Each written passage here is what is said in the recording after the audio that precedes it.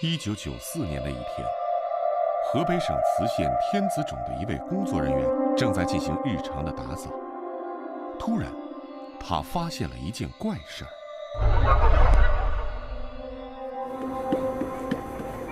一位游人在台阶上行走的声音，竟然变成了类似水滴的怪声。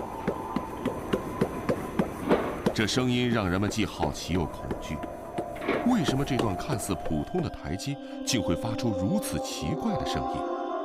这怪声究竟来自何方呢？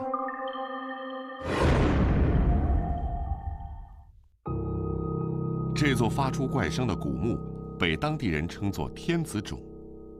墓冢的主人是1500多年前东魏皇帝元善见。东魏是南北朝时期的一个地方政权。公元534年，11岁的元善见被大臣们拥为皇帝，而政权却实际掌握在丞相手里。16年后，年仅28岁的傀儡皇帝元善见便被政敌下毒致死，东魏也就宣告灭亡。于是当地人传说，台阶上发出的怪声就是元善见穿越千年的诅咒之音。传说虽然不足而信，但始终让人们不解的是，这种平凡的青砖台阶随处可见，为什么只有天子冢上的台阶才有怪声呢？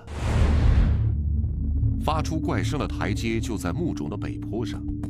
这段台阶建于1994年，宽约5米，共109级，全部由青砖砌成。原本只是为了便于游人上下天子冢，但是建成后，惊异地发现，无论是在台阶上跺脚、拍手，甚至放鞭炮，台阶都会发出同样的滴水声。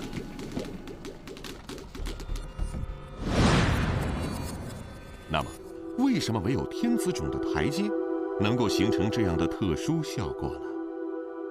当冲击声在台阶表面传播时，一种叫做舒适波的声波恰巧形成了。这是一种在固体表面浅层传播后，能够把声波再次完全反射回空气当中的特殊声波。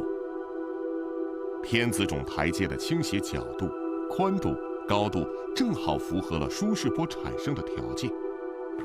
更为巧合的是，台阶宽度和高度所形成的滤波频率恰好与雨滴频率接近，于是人们便听到了这奇异的水滴声。